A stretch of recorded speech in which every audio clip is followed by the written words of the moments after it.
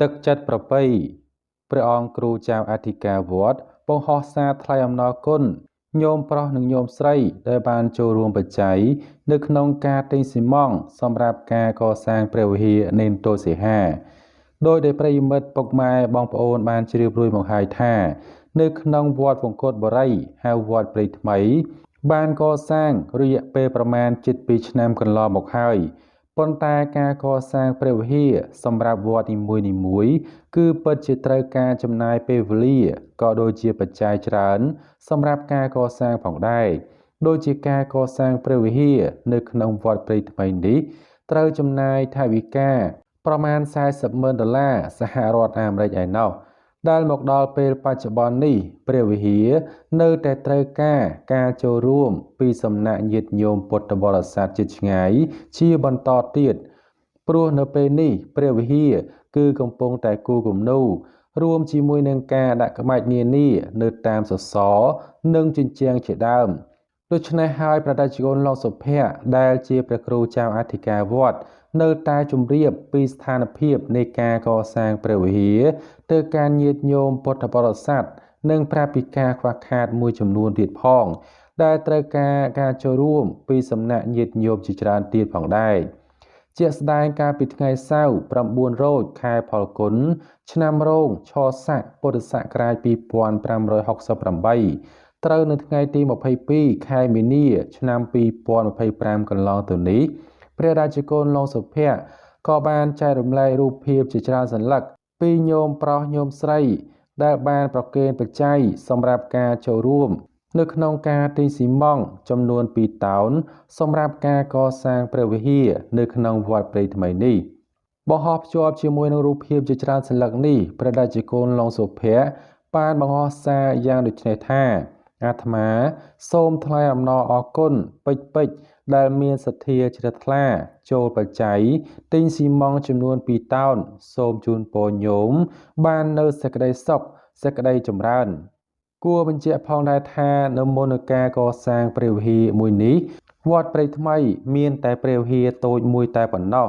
ដែលធ្វើអំពីឈើប្រក់ស័ង្កសីទៅព្រះអង្គគ្រូចៅអធិការវត្តនេនទោសិហារួមជាមួយនឹងគ្រូអាចារ្យគណៈកម្មការវត្តបានព្រួយផ្ដើមនៅការកសាងព្រះវិហារដ៏ធំស្កឹមស្កៃមួយនេះឡើងដើម្បីជាប្រយោជន៍នៅក្នុងសាសនានិងពុទ្ធបរិស័ទជិតឆ្ងាយទាំងអស់សម្រាប់ធ្វើបន្ទានដូច្នេះសូមញាតិញោមពុទ្ធបរិស័ទទាំងអស់ចូលរួមឧបត្ថម្ភគាំទ្រនៅព្រះវិហារនេះជាបន្តទៀតដើម្បីឲ្យព្រះវិហារមួយនេះបានកសាងឆាប់រួចរាល់ផងដែរបាទសម្រាប់ព័ត៌មានមួយទៀតគឺមានចំណងជើងថានាយករដ្ឋមន្ត្រីកម្ពុជា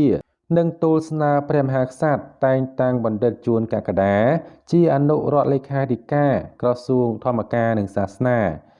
សម្ដេចមហាបពិរធិបតីហ៊ុនម៉ាណែតនាយករដ្ឋមន្ត្រីគ្រងនឹងទូលស្នើព្រះករុណាព្រះមហាក្សត្រតែងតាំងបណ្ឌិតជួនកក្កដាអតីតព្រះសង្ឃនៅវត្តប្រាសាទនាងខ្មៅខេត្តតាកែវជាអនុរដ្ឋលេខាធិការក្រសួងធម្មការនិងសាសនាការលើកឡើងរបស់សម្ដេចមហាបវរធិបតីហ៊ុនម៉ាណែតនាយករដ្ឋមន្ត្រីនៃព្រះរាជាណាចក្រកម្ពុជាបានឆ្លើយតបវិញថារាជរដ្ឋាភិបាលមិនបានចាប់បង្ខំអតីតព្រះរាជគុណជួនកក្កដាលាចាកសិក្ខាបទនោះឡើយគឺជាការសម្រេចចិត្តរបស់អតីតព្រះរាជគុណជួនកក្កដានោះទេការឆ្លើយតបរបស់សម្ដេចមហាបវរធិបតីហ៊ុនម៉ាណែតបែបនេះក្រោយមានក្រុមមួយចំនួនបានលើកឡើងថារបបរដ្ឋាភិបាលត្រកូលហ៊ុនសូម្បីលោកក៏ចាប់សឹកដែរនេះឱកាសអញ្ជើញជាអធិបតីបើកពិធីបុណ្យទន្លេលើកទី9ក្រោមប្រធានបទគុណតម្លៃនៃទន្លេផ្សារភ្ជាប់វប្បធម៌និងទេសចរណ៍ធម្មជាតិនាល្ងាចថ្ងៃសៅរ៍ទី22ខែមីនាឆ្នាំ2025សម្ដេចបវរធិបតីហ៊ុនម៉ាណែតបានថ្លែងឲ្យដឹងថាភរិយារបស់សម្ដេចគឺលោកជំទាវពេជ្រច័ន្ទមុនីបានសម្ដែងការសោកស្ដាយហើយក៏មិនចង់ឲ្យលោកលាចាកសិក្ខាបទដែរសម្ដេចមហាបវរធិបតីហ៊ុនម៉ាណែតស្នើពុទ្ធសាសនិកបន្តគាំទ្រចំពោះគម្រោងជួយវិស័យពុទ្ធសាសនាដែលព្រួយផ្ដើមដោយអតីតព្រះរាជគុណជួនកក្កដាដើម្បីជាប្រយោជន៍ដល់វិស័យពុទ្ធសាសនានិងជួយកុមារជំនាន់ក្រោយដែលសិក្សានៅពុទ្ធិកសិក្សា សម្ដេចមហាបវរធិបតីគូបញ្ជាក់ថាអញ្ចឹងសូមឲ្យលោកតាលោកយាយអូមពូមីងអ្នកគាំទ្រជួនកក្កដាកុំមានការយល់ច្រឡំហើយប្រពន្ធខ្ញុំក៏គាត់ជឿខ្ញុំហើយថាអត់មានការបង្ខំលោកទេគឺសម្រេចតាមរបស់លោកប្អូនបណ្ឌិតជួនកក្កដា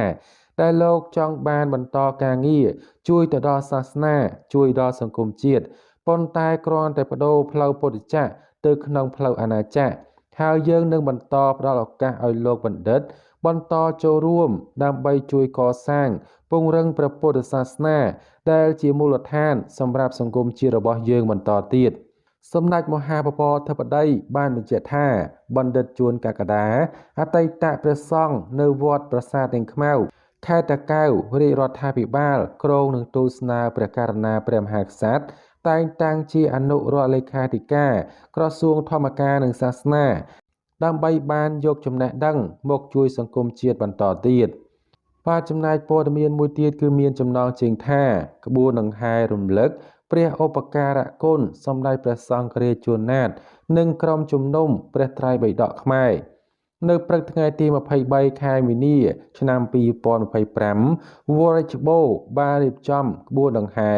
រំលឹកព្រះឧបការៈគុណសម្ដេចព្រះសង្ឃរាជចូលតញាណោជួនណាតនិងក្រុមជំនុំព្រះត្រៃបិដកខ្មែរលើកទី14ដោយមានការចូលរួមពីពុទ្ធបរិស័ទច្រើនកុះករគោលបំណងនៃការរៀបចំនេះគឺដើម្បីរំលឹកដល់មហាវីរៈសាមណៈបណ្ឌិតអ្នកប្រាជ្ញខ្មែរដែលបានបន្សល់ទុកនៅស្នាដៃស្នាព្រះហស្ថដែលជាឧបការៈគុណដ៏ធំធេងពុំអាចគណនាបានស្នាដៃទាំងនោះរួមមានបទនគររាជវចនានុក្រមខ្មែរគម្ពីរព្រះត្រៃបិដក110ភាគបកប្រែពីភាសាបាលីមកជាភាសាខ្មែរនៅឆ្នាំ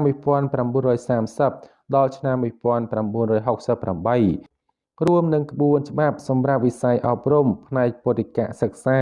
ព្រមទាំងសៀវភៅជាច្រើនទៀតដែលពុំអាចរៀបរាប់អស់នៅក្នុងពិធីនោះដែរក៏មានពុទ្ធបរិស័ទចូលរួមចម្រើនសមាធិនៅក្នុងថ្ងៃរំលឹកខួបឧបការៈគុណសម្ដេចព្រះសង្ឃរាជជួនណាតពុទ្ធបរិស័ទដែលបានមកចូលរួមនៅក្នុងថ្ងៃរំលឹកព្រះឧបការៈគុណសម្ដេចព្រះសង្ឃរាជជួនណាតនិងក្រុមជំនុំព្រះត្រៃបិដកខ្មែរបាននាំគ្នាចម្រើនសមាធិអប់រំផ្លូវចិត្តនិងដើម្បីឧទ្ទិសកុសលជូនដល់បុព្វការីជនជាពិសេសដល់សម្ដេចព្រះសង្ឃរាជជួនណាតនិងក្រុមជំនុំព្រះត្រៃបិដកខ្មែរកម្មវិធីចម្រើនសមាធិនេះបង្រៀនដោយសម្ដេចព្រះព្រហ្មរតនមុនីពិនសែមព្រះគ្រូចៅអធិការវត្តរាជបូ